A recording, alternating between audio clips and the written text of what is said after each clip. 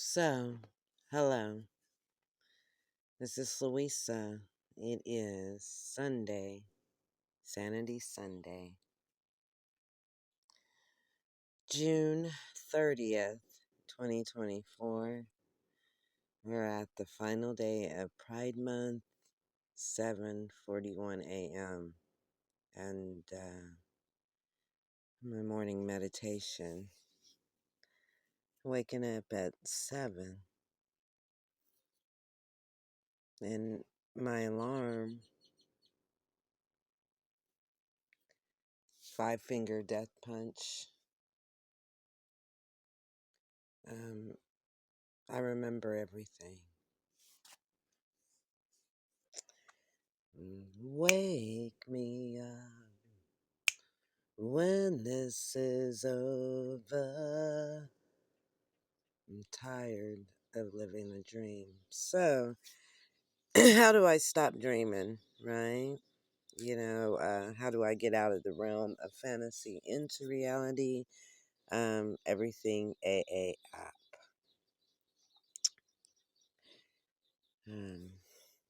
The reality. I have been sober for 18 years, 3 months, 18 days, 6,685 one day at a time. And, and I do have a regular routine. I start with morning meditation. And before I even try to make any contact with the outside world, I go inward, right? Center. As soon as my eyes open, center.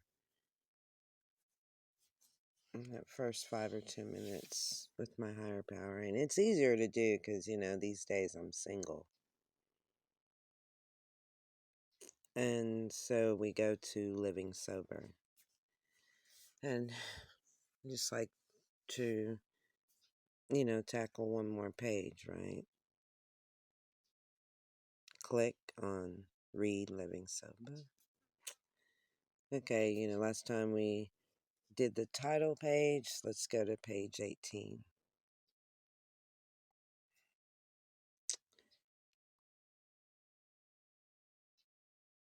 And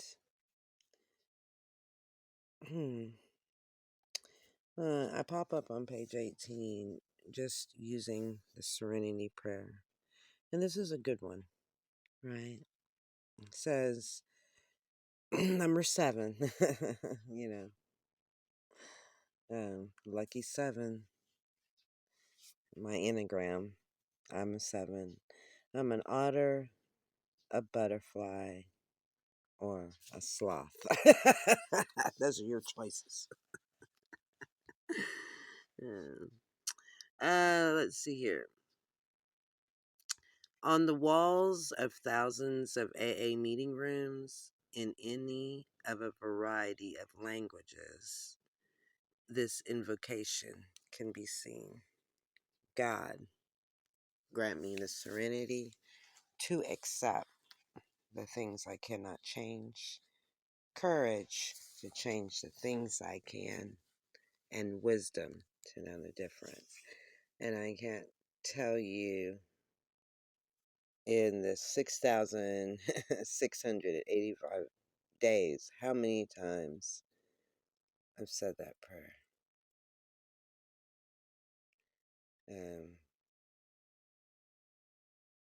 It's gotta be close to, since I've been sober, at least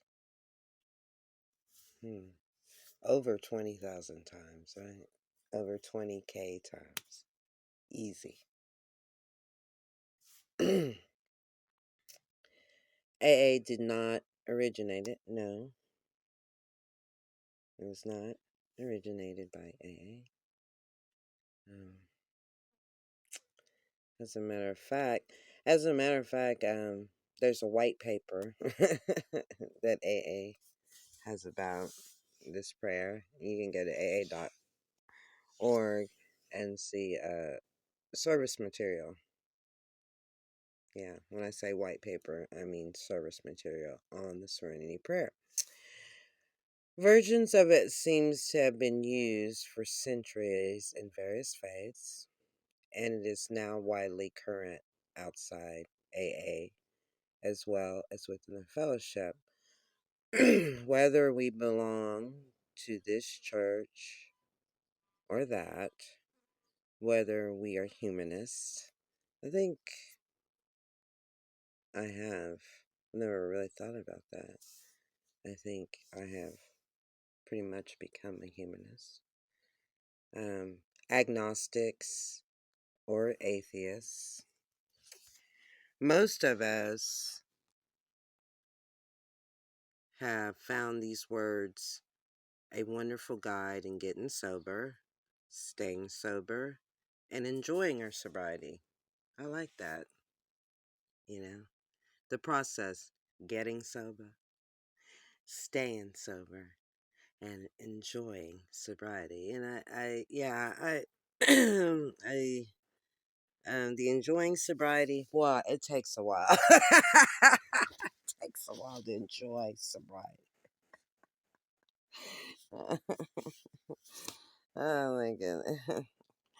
Um, whether we see the Serenity Prayer as an actual prayer or just a fervent wish, it offers a simple prescription for a healthy emotional life. I believe that. I mean, in one of our stories, Acceptance is the Answer, in the third edition, it was called Dr. Alcoholic Addict. Fourth edition, Reframe. Reframe. Yeah, it's, yeah. I think in my recovery, what I pretty much notice is 90% acceptance, 10% change. Right. And that that 10% rests on um what my attitudes and actions, and and change is just using your voice, and not the chatter in meetings, right? It's you know I I'm big on patient advocacy these days. Yeah, because I just don't want a doctor to get out a prescription pad and be done with me, right? Yeah. So when I go, because right, I'm on my seventh specialist right now, and it's like, hey, man, I've got some questions, and and the first pamphlet that helped me ask those questions is AA and other medications, right? Um, and it's the blueprint on starting a relationship with your doctor or a PCP, right? And I think that's important. um, I think it's important. Next to the relationship with a sponsor, what's even more intimate is the relationship with your doctor. I mean, it's like I didn't have a doctor um, until I entered the rooms, right? And I didn't know how exactly to build that relationship. And any relationship is built on communication, and in that communication, asking questions, and asking questions, especially with a doctor, asking questions about my needs. I mean, that's why I'm seeing him, right? And that's why he's a doctor, right? He's not going to bring up his wants, right? So if a doctor gets out a prescription pad, it's like, whoa, man, that's what you want. That's how you make money. Uh, it's not about that for me, right? I'm a humanist and I want holistic options, right? Or for me, I'm big on medical testing because I support artificial intelligence in business and in healthcare. So we put one thing right at the head of the list among the things we cannot change. I kind of gave you our alcoholism. Yeah. And that's the biggest thing, acceptance of that. And it's a hard pill. It's a hard pill to swallow. Yeah, ironically, uh, and uh, and a spoonful of sugar may help the medicine go down. I don't know. I just think it just thickens your blood. Sugar. No matter what we do, we know that tomorrow we won't suddenly be non alcoholic any more than we'll be 10 years younger or 6 inches taller. And this is just reviewing, um, crossing that line where my drinking became a disease, and now um, they, you know, they said uh, once a cucumber becomes a pickle, it can't revert, right? It can't go back to being a cucumber. So, yes, I'm a pickle. I pickled myself, right? With, um, I don't really think it was the amount of drinking. It was living with my attitudes and actions that said drinking was okay, right? As a solution. That's pretty much it. But well, we couldn't change our alcoholism, but we didn't say meekly, "All right, I'm an alcoholic. Guess I'll just have to drink myself to death." There was something we could change. We didn't have to be drunk alcoholics. Mm. Yeah, I never knew that option. You know, um, that stigma of alcoholic. Um, it's like okay, yeah, in social circles, and just what's in my head, right? Um, being alcoholic, what does that look like? Well, um, I do have a option today. I can either be in active addiction and be drunk, or use alcohol to mask the pain of living. You it's been over way almost going on 19 years now. You know, not waking up with that hangover. Um,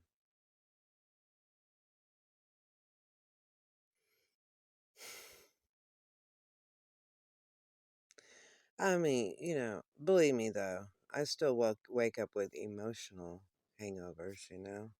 I'm only human. Only human. Yeah, it's just been a long time. Um, yeah, so desperate, like so distraught, um that yeah, so desperate and so distraught, where I'm like on my knees praying praying to God to take this headache away, kind of thing. Guess I'll just have to drink myself to death, right? um we could become sober alcoholics, and and what is that? What does that look like to you? What does a sober alcoholic look like to you? Yes, that did take courage, and it does. um Putting inside a substance that, the ease and comfort of a few drinks, right? The ease and comfort of a few puffs of a joint. The ease and comfort of taking a substance, right? And it's gonna be okay. And yeah, like I said, what does that look like to you, right? I mean, it could, you know, these days, um, putting a cookie in the microwave, a big chocolate chip cookie, double chocolate chip. Uh, in moderation, right? There was a time when I could not moderate food. Um, there was a time I could not moderate sex. There was a time I could not moderate uh, gambling, um, raffles at recovery events. Uh, uh, you know, it used to be, I would feel guilt and shame because I didn't have enough money to buy enough raffle tickets, right? And then over time in recovery, you know, um, you know, 50, I would do 50, and then it's like, wow, I get frustrated when I didn't get, when I didn't win. And then, so I backed down to 20, and um then, you know, then I would, yeah, and these are like over a lot of recovery events, then it would be 10, and then now it's just I avoid the raffle table or the event that is the event entirely. you know I mean, that's just the progression, I mean, in thought, right? um how am I going to feel after I practice this behavior, right? And um and why is the serenity prayer so important? Because of this. And we needed a flash of wisdom to see that it was possible, that we could change ourselves. So that's what I'm saying. It's not condemnation, like like when I decide to do something, or I decide to change me, um, it's my change, right? And I don't have to I don't personally anymore. I have to get on some kind of movement and carry a big stick and say, I believe this. So, you know what? Let me tell you something, right? And beat you with a stick of pitches, and um, so I won't be alone in this movement. Um, mm, yeah. I just know, like, um, last night, um, I'm at a coffee shop, and you know, I invited a total of 3 people. Um, 2 people showed up, and one had to work in the morning, so it's just me and another person, right? And that's what it is. I believe, really, if you focus on the intimacy of that relationship of the first 3, right? The man in the bed. If in I was fortunate. I was fortunate to go to a group in Houston, Texas, where you walk into their clubhouse and the mural of the man in the bed is on the wall. And I mean, that's the essence of it, is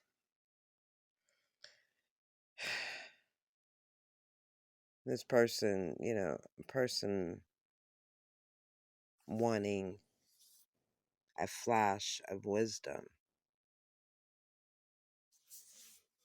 You know, what are your choices in quality life concerning alcoholism, which is a disease? When you have a disease, what is your options on quality of life?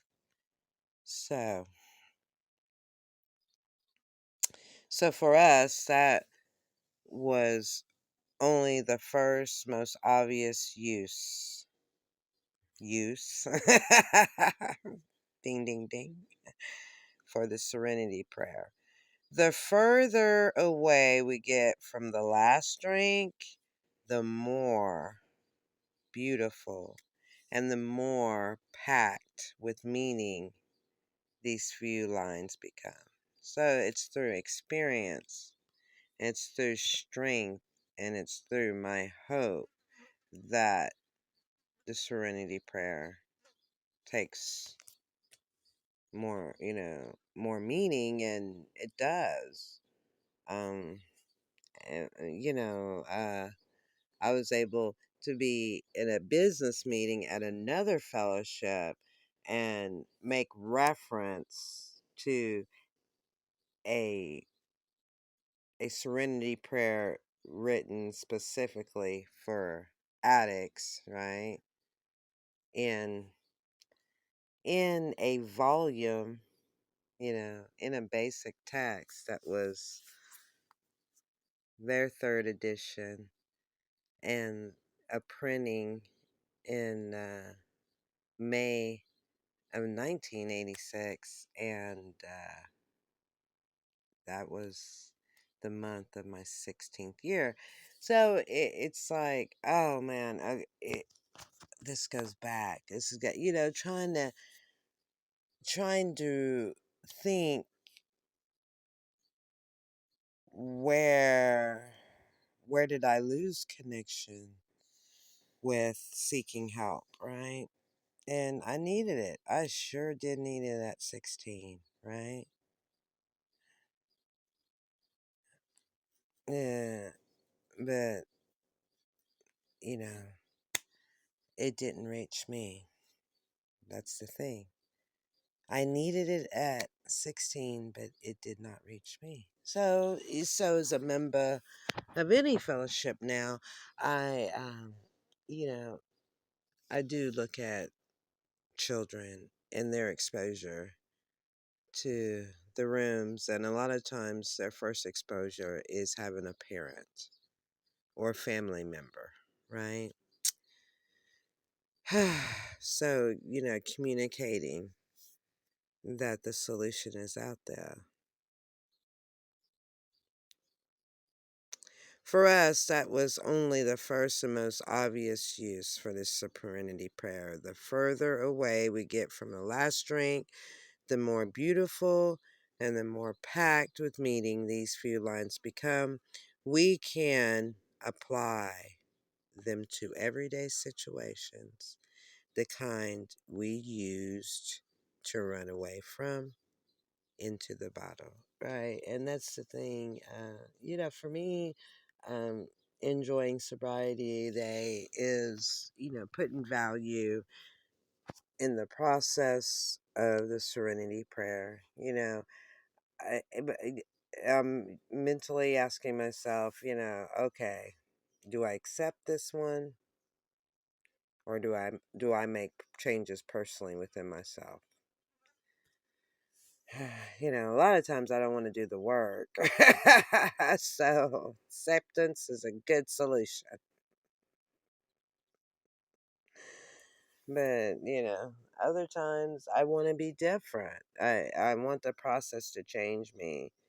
And so I allow it to by seeking the wisdom of God. Uh, by way of example, here's a process, right? I hate this job. Do I have to stick with it, or can I quit? See, that's simple process of the Serenity Prayer. A little wisdom comes into play. Well, if I do quit, the next few weeks or months may be rough, and they are. They're really rough. But if I have the guts to take it, the courage to change, I think I'll wind up in a better spot. And yeah, that's what happened to me, right? When I slid my badge over in Martin Luther King Day 2021, I said, you know what? There's got to be something better. There's got to be. And there was, it took courage just to slide that slide that thing over.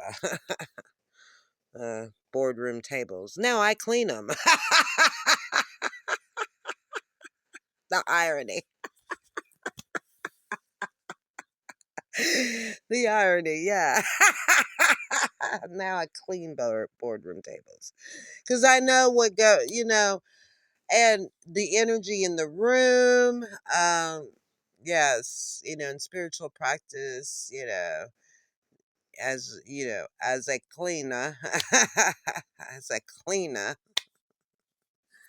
yeah, and remove fingerprints off of that boardroom table, and pray that whatever hurt feelings was in that meeting, that be released, okay? Or the answer may be, let's face it, this is no time for me to go job hunting, not with a family to support. Besides, here I am, 6 weeks sober, and my AA friends say I'd better not start making any drastic changes in my life just yet. Better concentrate on not taking that first drink and wait till I get my head straightened out. Okay, I can't change the job right now, but maybe I can change my own attitude. Let's see, how can I learn to accept the job serenely? See, that's chatter, chatter, chatter. Asking all those questions, right? Which is, yeah, step work. But it doesn't, I mean, if I leave that in my head, I'm really not doing step work. I mean, pen to paper. And it really works great, you know, in front of an accountability partner, in front of another person, right? Because you can open a dialogue, and and then you have a third person. I mean, you're opening dialogue. You're seeing what's worked for um people in the same boat, right? And that's all the Serenity Prayer has taught me is, I pray it to get to the level of involvement with other people that struggle just like me, right? It's, my vulnerability, it's reaching out. It's reaching out for therapeutic value, right? So, I end with this. The word serenity looked like an impossible goal when we first saw the prayer. In fact, if serenity meant apathy, bitter resignation, or impassive endurance, then we didn't even want to aim at it, right? Yeah, and you know, that's why I do have to spend a lot of times alone in meditation for myself, to remove those three things. To remove my apathy, um,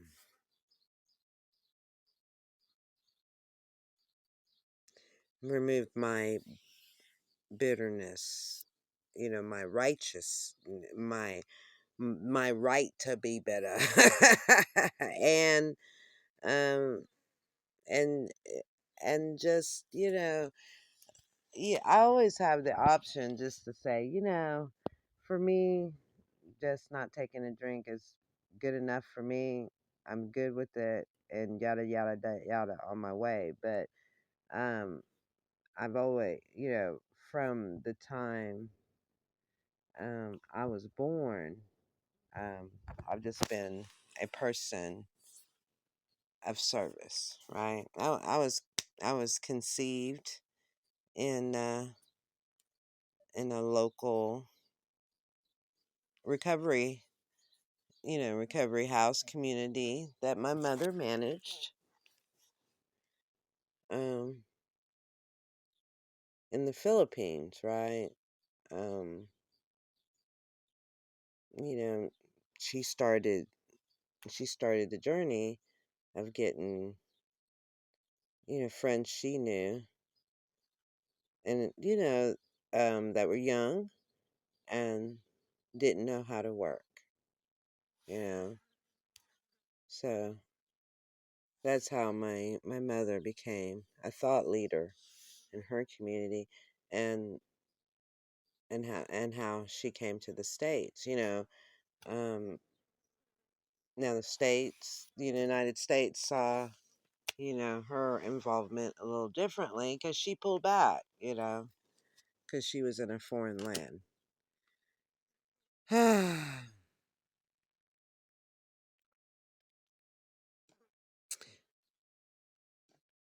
But we found that serenity meant no such thing. When it comes to us now, it is mere a plain recognition, a clear-eyed, realistic way of seeing the world, accompanied by inner peace and strength. Serenity is like a gyroscope. I remember. Uh, gy- uh, I like when I think of gyroscopes. I think of oh gosh, the drawing game. The play kit with the oh gosh, it escapes me now. But it was just like a in creation. Um, there used to be you could take these pens and like draw these geometric figures by it was a gateway into becoming a CAD designer. It was a CAD kit for kids, and it was fun.